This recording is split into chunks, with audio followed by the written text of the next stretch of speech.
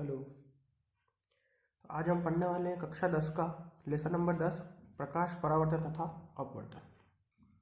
प्रकाश परावर्तन तथा अपवर्तन को आज पूरा कवर करने वाले हैं हम इस वीडियो में कि प्रकाश परावर्तन तथा अपवर्तन प्रकाश क्या होता है, प्रकाश की कौन कौन सी घटनाएं होती है वो देखने वाले हैं कक्षा 10 में।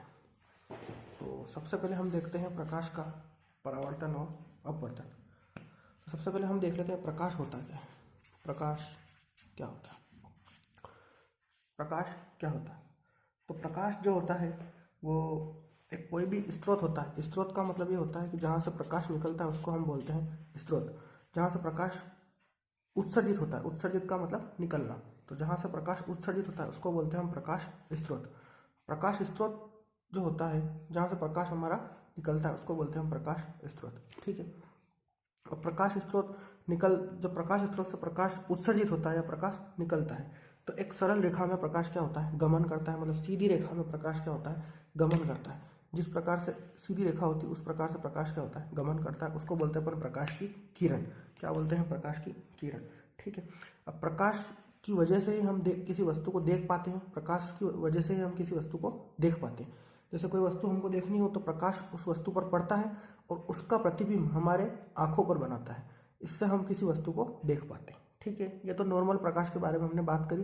प्रकाश कैसे गमन करता है? सीधी रेखा में गमन करता है। कैसे करता है? सीधी रेखा में गमन करता है। ठीक। अब ये जो प्रकाश के बारे में हम पढ़ रहे हैं, प्रकाश की बहुत सारी घटनाएं हमने देखी।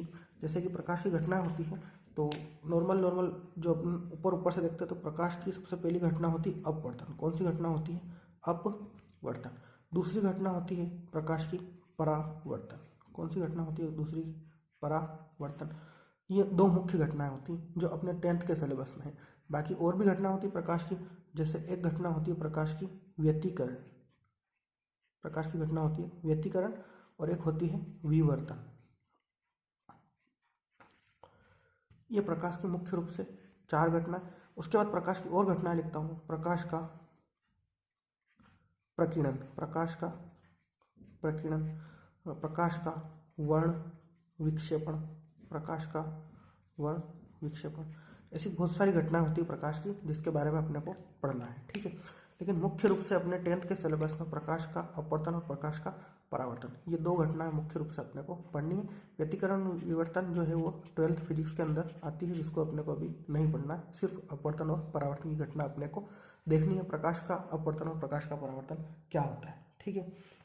तो सबसे पहले तुम्हारी 10th की जो एनसीईआरटी की बुक है उसके अंदर प्रकाश के बारे में दे रखा है। प्रकाश का पहला टॉपिक दे रखा है प्रकाश का परावर्तन। तो अपन हेडिंग लगाते हैं प्रकाश का परावर्तन कि प्रकाश का परावर्तन क्या होता है। प्रकाश का परावर्तन।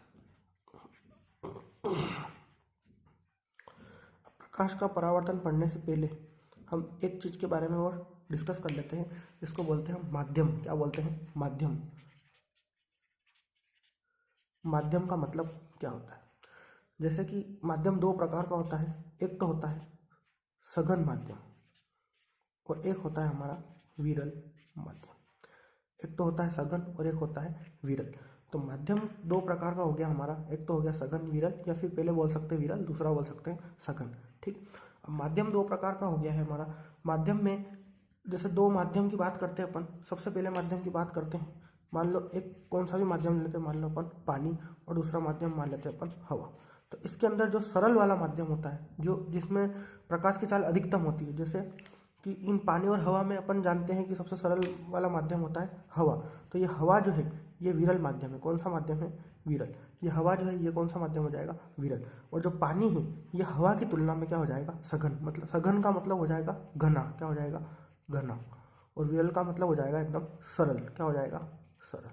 तो ये दो तरह के अपने पास क्या होते हैं? माध्यम। एक तो होता है विरल और एक होता है सघन। अगर दो चीज़ों की बात करते हैं अपन पानी और हवा की, तो हवा जो होता है वो विरल माध्यम होता है और पानी कौन सा हो जाता है? सघन। अगर नॉर्मल एक बात और कर लेते हैं अपन, पानी और रेत में डिफरेंट करते हैं। मान लो पानी और रेत, तो इसके अंदर जो पानी है वो तो हो जाएगा विरल। कौन सा हो जाएगा? विरल। और जो रेत है वो क्या हो जाएगा? अब सघन। तो हमेशा अपन दो माध्यमों की तुलना करते हैं। क्या करते हैं? तुलना। अपन डायरेक्ट एक माध्यम को नहीं बता सकते कि एक माध्यम कौन सा है, सघन है या विरल है। अपन हमेशा दो माध्यमों की क्या करते हैं? तुलना करते हैं। ठीक है। तो अपन अभी अपवर्तन और परावर्तन, इन दोनों घटनाओं की बात करने से पहले अपनों ने किसकी बात करी? माध्यम की बात करी। माध्यम कितने प्रकार के पढ़े? दो प्रकार। एक तो माध्यम पढ़ा अपनों ने विरल, और दूसरा क्या पढ़ा? सघन। अगर पानी और हवा में बात करें तो हवा माध्यम जो होता है वो विरल होता है, और पानी जो होता है वो सघन होता है। अगर पानी और रेत की बात करें तो पानी विरल हो जाता है और रेत क्या हो जाता है? सघन माध्यम हो जाता है। ये अपनों ने माध्यम की बात करी। अब आगे अपन एक टॉपिक और पढ़ेंगे, अपवर्तनांक। क्या पढ़ेंगे? अपवर्तनांक। और ये जो अपवर्तनांक होता है इसको अपन एन से व्यक्त करते हैं। किससे करते हैं? एन से। और अपवर्तनांक जो होता है ये अपवर्तनांक भी माध्यम से डिसाइड होता है कि जिस माध्यम का अपवर्तनांक ज़्यादा होता है मतलब वो माध्यम कैसा होता है? सघन होता है। और जिस माध्यम का अपवर्तनांक कम होता है वो माध्यम कैसा होता है? विरल। मतलब इसको घना और सरल से ही अपन समझ सकते हैं कि अपवर्तनांक की परिभाषा क्या होती है। अब अपन देखते हैं प्रकाश की मुख्य घटनाएं, जिसमें दो घटनाएं मुख्य है, एक तो अपवर्तन और एक परावर्तन। तो सबसे पहले अपन देखते हैं प्रकाश का परावर्तन, जो अपनी एनसीईआरटी की बुक है जिसके अंदर पेज नंबर 177 पर अपने को प्रकाश का परावर्तन वाला टॉपिक दे रखा है। ठीक है, तो प्रकाश का परावर्तन देखने से पहले अपन एक चित्र बनाते हैं जिसके अंदर देखिए ये अपना मुख्य अक्ष हो गया। क्या हो गया? इसको बोलते हैं अपन मुख्य अक्ष, जो अपन ग्राफ के अंदर बनाते हैं जिसके अंदर बीच में पॉइंट होता है वो जीरो बिंदु वाला, मूल बिंदु वाला। ये अपना हो गया मुख्य अक्ष। ठीक है, अब मुख्य अक्ष के ऊपर अपन मान लेते हैं एक माध्यम कोई दूसरा है और नीचे कोई माध्यम दूसरा है। मान लो ऊपर हवा है, नीचे पानी है, या कोई भी माध्यम अपने हिसाब से अपने स्तर पर अपन मान सकते हैं। ठीक है, अब मान लो अपन घटना पढ़ रहे हैं परावर्तन की। परावर्तन का मतलब ही यही होता है कि कोई किरण किसी भी माध्यम से आ रही है तो वो उसी माध्यम में वापस क्या हो जाती है? लौट जाती है। उस घटना को प्रकाश का क्या कहते हैं? परावर्तन कहते हैं। क्या कहते हैं? परावर्तन। जैसे कोई प्रकाश की किरण आ रही है, मान लो ये प्रकाश की किरण, आपतित प्रकाश की किरण हो गई। ये इसको ऐसे तीर से बता देते हैं अपन, ये प्रकाश की किरण आ रही है, मतलब इसको क्या बोल देंगे अपन? प्रकाश की किरण आ रही है, मतलब इस किरण को बोलते हैं अपन आपतित किरण। क्या बोलते हैं? आपतित किरण। ये प्रकाश की कौन सी किरण हो गई? आपतित किरण हो गई। अब ये अगर घटना पढ़ रहे अपन परावर्तन की, तो कोई माध्यम है, जैसे अपने पास यहाँ पे माध्यम है हवा। कौन सा माध्यम है? ऊपर हवा, और नीचे कोई दूसरा माध्यम है। अपन खैर परावर्तन की बात कर रहे हैं तो इसमें दूसरे माध्यम की जरूरत ही नहीं है। परावर्तन में हमेशा माध्यम एक ही होता है। कोई प्रकाश की किरण जब आपतित होती है, मुख्य अक्ष पर आपतित होती है, तो वो उतने ही कोण से उसी माध्यम में क्या हो जाती है? परावर्तित। जैसे जिस माध्यम से आई उसी माध्यम में वापस क्या हो गई? परावर्तित। इस घटना को अपन बोलते हैं परावर्तन की घटना। क्या बोलते हैं? परावर्तन। लेकिन इसमें एक बात ध्यान रखने की, बीच में अभिलंब स्थित होता है। क्या स्थित होता है? अभिलंब। ये बीच में क्या होता है? अभिलंब, जो सीधा 90 डिग्री मुख्य अक्ष से कितना कोण बनाता है? 90 डिग्री का कोण बनाता है। इसको बोलते हैं अपन अभिलंब। क्या बोलते हैं? अभिलंब। ठीक है, ये हवा अपना जो है माध्यम है, और ये जो किरण है इसको बोल देते हैं अपन परावर्तित किरण। क्या बोल देते हैं? परावर्तित किरण। एक बात ये, अब देखो आपतित किरण जो है उस अगर वो जो कोण बनाती है उसको आपतन कोण बोलते हैं। परावर्तित किरण जो कोण बनाती है उसको परावर्तन कोण बोलते हैं। तो आपतित किरण का कोण, दो कोण बन रहे हैं यहाँ पे, एक तो ये वाला बन रहा है और एक ये वाला। तो हमेशा कोण अपने को अभिलंब से देखना है। ये अभिलंब से कोण जो है ये वाला बन रहा है, मतलब इसको बोलते हैं अपन कोण आई। तो ये कौन सा कोण हो गया? आपतन। और ये जो परावर्तित किरण है ये भी अभिलंब से कोण बनाएगी, तो ये जो कोण है ये इसको बोलते हैं अपन आर। ये कौन सा कोण हो गया? अपना परावर्तन कोण। कौन सा हो गया? परावर्तन कोण। तो यहाँ पे अपन लिख देते हैं, मान लो इस किरण को नाम दे देता हूँ मैं पी क्यू, तो इसको दे देता हूँ मैं आर। तो यहाँ पे अपन डिनोट कर देते हैं कि जो अपने पास पी क्यू है वो तो है आपतित किरण। पी क्यू जो है वो आपतित किरण हो गई। क्यू आर जो है वो परावर्तित किरण हो गई, परावर्तित किरण। और कोण आई बराबर आपतन कोण, कोण आर बराबर परावर्तन कोण। ये अपना मेन कॉन्सेप्ट है प्रकाश का परावर्तन का। प्रकाश का परावर्तन बस यही है कि कोई किरण अगर एक माध्यम से आती है और वो पुनः उसी माध्यम में लौट जाती है तो वो घटना प्रकाश का परावर्तन कहलाती है, जिसके अंदर एक मुख्य अक्ष होता है, बीच में एक अभिलंब होता है। अभिलंब का मतलब जो मुख्य अक्ष से कितना कोण बनाता है? 90 डिग्री, 90 डिग्री का, उसी को बोलते हैं अभिलंब। कोई किरण आ रही है पी क्यू, तो पी क्यू इस किरण को बोल देंगे अपन आपतित किरण। ये कोण कितना बना रही है? आई, तो इसको बोल देंगे अपन आपतन कोण। फिर ये जो क्यू आर है ये कौन सी किरण होगी? परावर्तित किरण। और यहाँ पर जो आर कोण बन रहा है इसको बोलते हैं अपन परावर्तन कोण बोलते हैं, और ये बीच में है अभिलंब। कोण हमेशा अभिलंब से बनता है, मुख्य अक्ष से नहीं बनता है, ठीक है। और जिस माध्यम से आ रही थी देखो उसी माध्यम में लौट गई, तो इसको बोलते हैं अपन प्रकाश का परावर्तन। एक बात तो ये हो गई। अगर इसकी परिभाषा लिखना चाहें तो लिख सकते हैं, यहाँ पर साइड में लिख देता हूँ मैं। यदि कोई प्रकाश किरण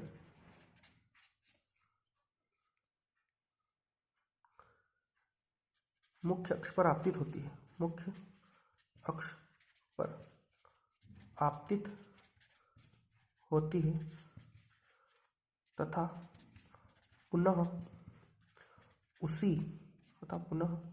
उसी माध्यम में लौट जाती है, इस घटना को प्रकाश का परावर्तन कहते हैं, ठीक है। ये अपना प्रकाश का परावर्तन कंप्लीट हो गया। अब अपन देखते हैं परावर्तन के नियम। परावर्तन के नियम क्या होते हैं वो देख लेते हैं, ताकि अपना परावर्तन का पूरा टॉपिक खत्म हो जाएगा। परावर्तन के नियम। अब देखो परावर्तन के नियम बड़े सिंपल है। परावर्तन के कितने नियम होते हैं? 2 नियम होते हैं। कितने नियम होते हैं? 2। तो देखो एक तो पहला नियम होता है और एक दूसरा नियम होता है। तो सबसे पहला सिंपल सा नियम देख लेते हैं अपन कि पहला नियम क्या कहता है। पहला नियम बड़ा सिंपल है कि जो आपतन कोण होता है, आपतन कोण आई, आपतन कोण को क्या बोलते हैं अपन? आई। और परावर्तन कोण, आपतन कोण और परावर्तन कोण को क्या बोलते हैं? आर। दोनों समान होते हैं, दोनों समान होते हैं। आपतन कोण और परावर्तन कोण दोनों का मान क्या होता है? समान। जैसे कोण आई बराबर कोण आर, ये सबसे पहला नियम है परावर्तन का। 2 नियम है टोटल। परावर्तन का पहला नियम क्या हो गया? कोण आई बराबर कोण आर, ये परावर्तन का पहला नियम हो गया, ठीक है। अब दूसरा नियम लिखते हैं परावर्तन का। दूसरा नियम बड़ा सिंपल है। जो जो चीज़ें अपने को दे रखी है, देखो एक तो दे रखी है अपने को आपतित किरण, एक दे रखी है अपने को परावर्तित किरण, और एक दे रखा है अपने को अभिलंब, ठीक है। ये तीनों एक ही तल में स्थित होते हैं। एक ही तल का मतलब ये होता है कि एक समतल है, उसके अंदर आपतित किरण, परावर्तित किरण और अभिलंब, ये तीनों एक ही तल में क्या होते हैं? स्थित। तो इसको लिख लेते हैं अपन, आपतित किरण। दूसरी चीज क्या है? परावर्तित किरण और अभिलंब, तीनों एक ही तल में स्थित होते हैं, ठीक है। ये तुम्हारे परावर्तन के क्या हो गए? नियम। तो ये अपने पूरे परावर्तन की घटना कंप्लीट हो गई है। देखो परावर्तन की घटना एक बार और समझ लेते हैं। प्रकाश स्रोत समझ लिया अपनों ने। प्रकाश की घटनाएं 2 है, मुख्य अपवर्तन और परावर्तन। तो अब सबसे पहले अपनों ने प्रकाश का परावर्तन पढ़ा, तो उससे पहले अपनों ने माध्यम को समझा। माध्यम कितने प्रकार का था? 2 प्रकार का, विरल और सघन। तो पानी और हवा में हवा विरल हो गया, पानी सघन हो गया। जब प्रकाश की किरण एक माध्यम से आपतित होती है और उसी माध्यम में पुनः लौट जाती है, तो उस घटना को क्या बोलते हैं अपन? परावर्तन की घटना बोलते हैं, ठीक है। जैसे मान लो पी क्यू आपतित किरण है, तो अपने ने डिनोट कर दिया पी क्यू आपतित, क्यू आर परावर्तित किरण, कोण आई आपतन कोण और कोण आर परावर्तन कोण। तो इसमें परावर्तन के 2 नियम है। पहला नियम भले आप पहले ये लिख सकते हो, सेकेंड बार में ये लिख सकते हो। आपतित किरण, परावर्तित किरण और अभिलंब तीनों एक ही तल में स्थित होते हैं। ये एक ही पॉइंट पे स्थित है। अगर ये अलग अलग पॉइंट पे स्थित होंगे तो परावर्तन का नियम गलत हो जाएगा, ठीक है। दूसरा नियम क्या होता है कि आपतन कोण आई और परावर्तन कोण आर दोनों का मान क्या होता है? बराबर। हर कंडीशन में कोण आई बराबर क्या होता है? कोण आर। मतलब इसका 30 डिग्री तो इसका भी कितना होगा? 30 डिग्री। अगर किरण 30 डिग्री पे आ रही है तो 30 डिग्री पे ही परावर्तित होगी। ये अपने प्रकाश के परावर्तन की संपूर्ण घटना कंप्लीट हो गई। ये अपना प्रकाश का परावर्तन है, ठीक है। अब अपन देखते हैं प्रकाश का अपवर्तन। प्रकाश का अपवर्तन, तो प्रकाश के अपवर्तन की घटना देखते हैं। सिमिलरिटी है, बस माध्यम चेंज हो जाएगा, ठीक है। तो हेडिंग डालते हैं अपन, प्रकाश का अपवर्तन। प्रकाश का अपवर्तन, ठीक है। अब प्रकाश का अपवर्तन की घटना देखेंगे अपन। देखिए, जब लिख रहा हूं पहले परिभाषा। जब प्रकाश किरण विरल माध्यम से, जब प्रकाश किरण विरल माध्यम से सघन माध्यम सघन माध्यम में जाती है तो अपने मार्ग से विचलित हो जाती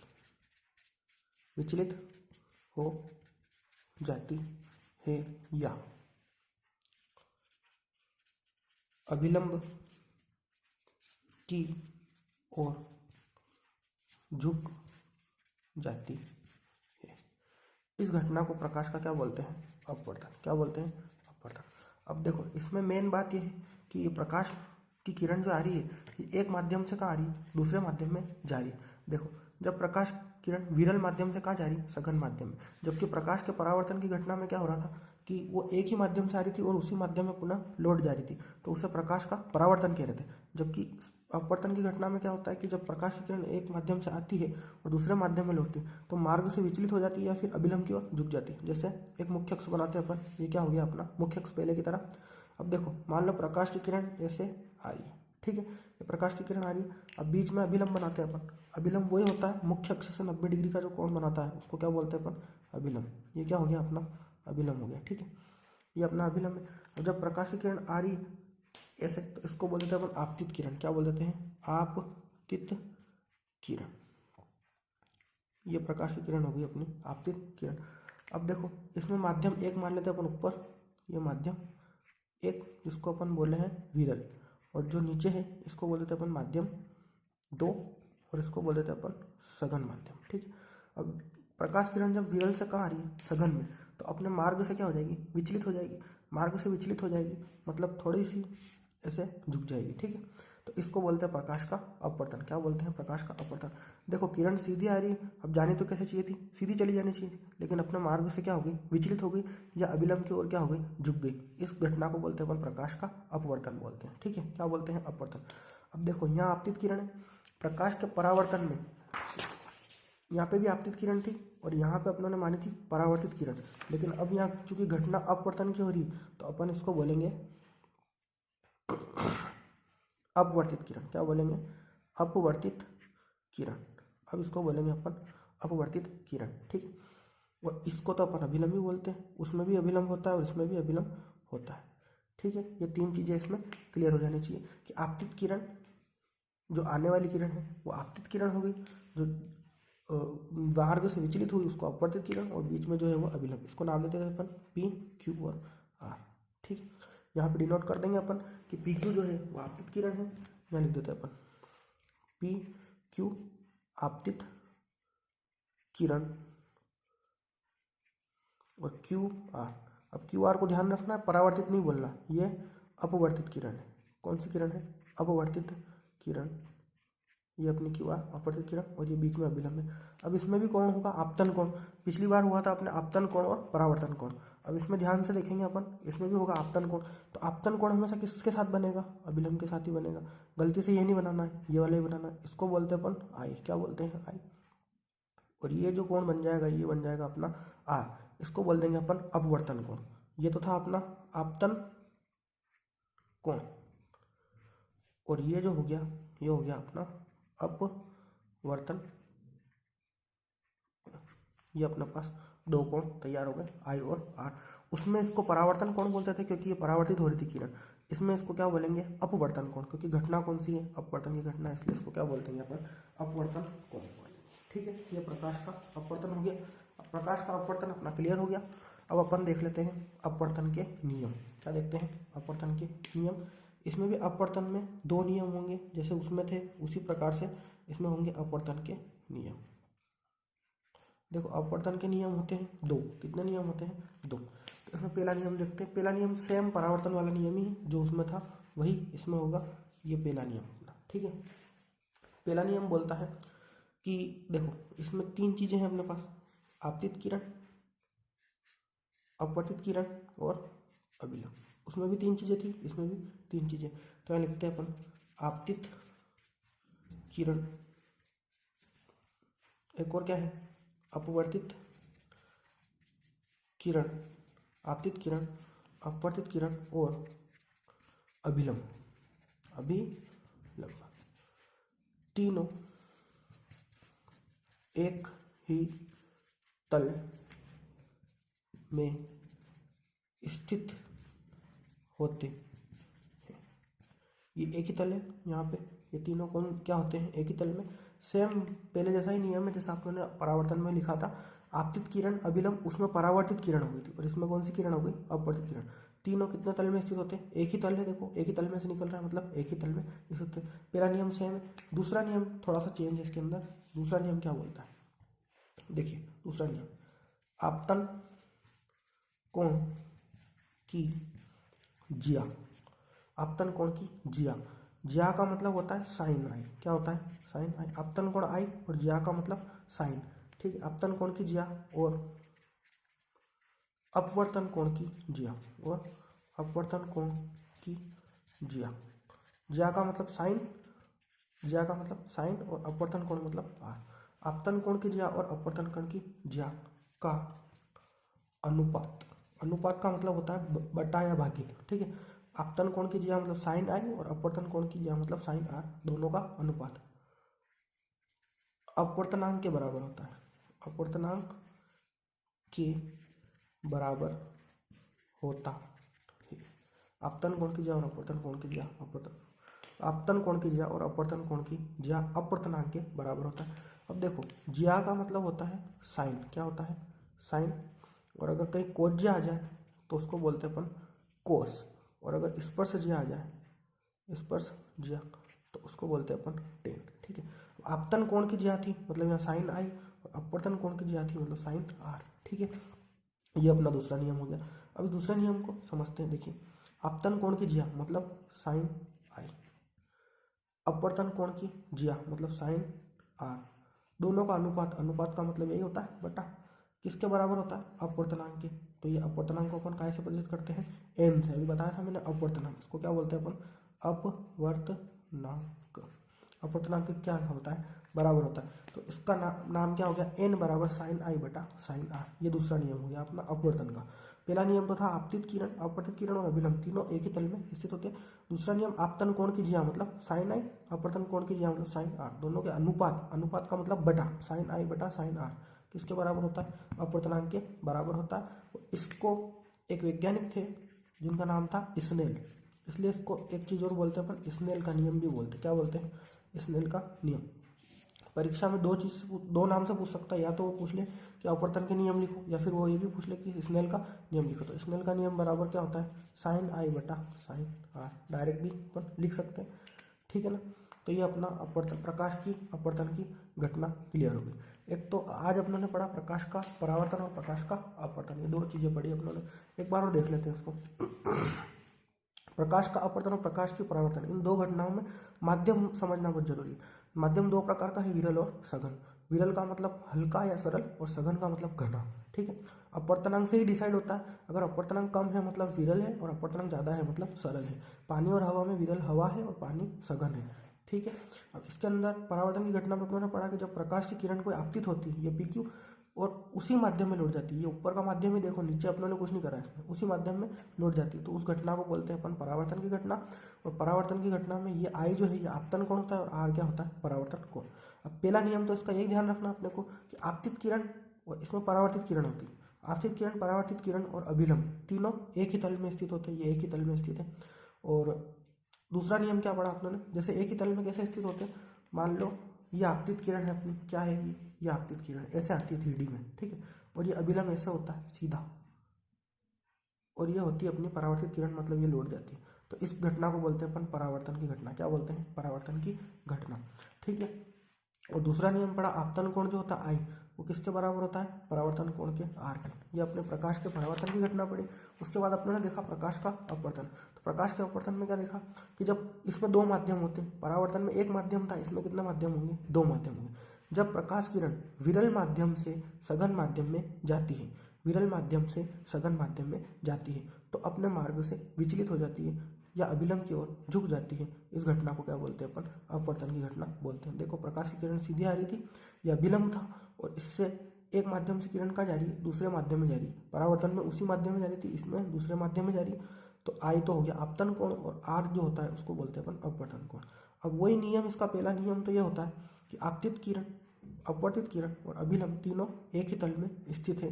ये तीनों एक ही तल में स्थित है। जैसे ये तल है अपना, तो एक किरण ऊपर रहती तो एक किरण इसके नीचे जाती है, बिल्कुल इसके नीचे जाती है, ठीक है ना। उसके बाद आपतन कोण की ज्या, आपतन कोण की ज्या, आपतन कोण है आई, इसकी ज्या मतलब साइन आई। अपवर्तन कोण की ज्या आर और इसकी ज्या मतलब साइन आर, दोनों का अनुपात मतलब साइन आई बटा साइन आर अपवर्तनांक के बराबर होता है, मतलब एन के बराबर होता है। ये अपना प्रकाश के अपवर्तन की घटना। इसके दो उदाहरण भी लिख लेते हैं अपन कि उदाहरण क्या होते हैं प्रकाश के अपवर्तन के उदाहरण।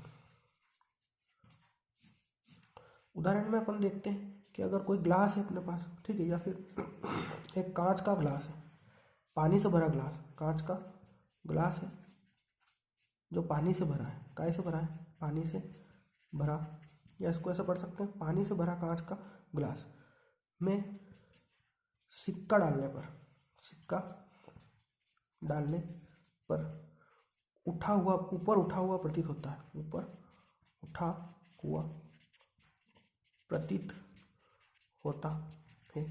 एक तो यह हो गया कि पानी के जब ग्लास रखते हैं तो नीचे जो सिक्का रखते हैं वो ऊपर उठा हुआ प्रतीत होता है। और दूसरा एक और ये देख सकते हैं अपन अपवर्तन की घटना कि जो पेंसिल रखते हैं ग्लास के अंदर, तो अपन जैसे सीधी पेंसिल रखते हैं तो पेंसिल दिखनी तो सीधी चाहिए पानी के अंदर, लेकिन होता क्या है कि अपने को पानी के अंदर पेंसिल थोड़ी तिरछी प्रतीत होगी, तो वो भी किसकी घटना है, प्रकाश के अपवर्तन की घटना है। एक अपवर्तन की घटना और होती है तारों का टिमटिमाना, तारों का टिमटिमाना, तारों का टिमटिमाना, ये भी प्रकाश की कौन सी घटना है, अपवर्तन की घटना है। तो ये तीन घटनाएं मैंने बता दी आपको। कभी अपवर्तन के उदाहरण पूछ ले, प्रकाश का अपवर्तन कहाँ कहाँ पाया जाता है, तो प्रकाश का अपवर्तन यहाँ होता है, ठीक है। जबकि अगर परावर्तन की अपने उदाहरण देखें तो परावर्तन में उदाहरण होते हैं कि मान लो हीरे में होता है पूर्ण आंतरिक परावर्तन की घटना होती है हीरे के अंदर, कि प्रकाश की किरण जैसे आती है तो वापस विपरीत दिशा में लौट जाती है, तो उससे क्या कहते हैं अपन, प्रकाश के परावर्तन की घटना। तो ये अपना आज का प्रकाश का परावर्तन और अपवर्तन मैंने पूरा समझा दिया है। क्लियर, समझ में आ गया होगा आपको कि प्रकाश का परावर्तन और अपवर्तन की घटना क्या होती है और क्या नहीं होती है, ठीक है। तो ये आप एक बार और इसको रिवाइज करें और कोई प्रॉब्लम आए तो मुझे बताएं ताकि अपन उसको और सॉल्यूशन कर सकें, ठीक है। और आगे की वीडियो में अपन देखेंगे और अगले टॉपिक को ये पूरा 10वां लेसन इसमें कंप्लीट करेंगे अपन आगे धीरे धीरे बढ़ा के। Thank you.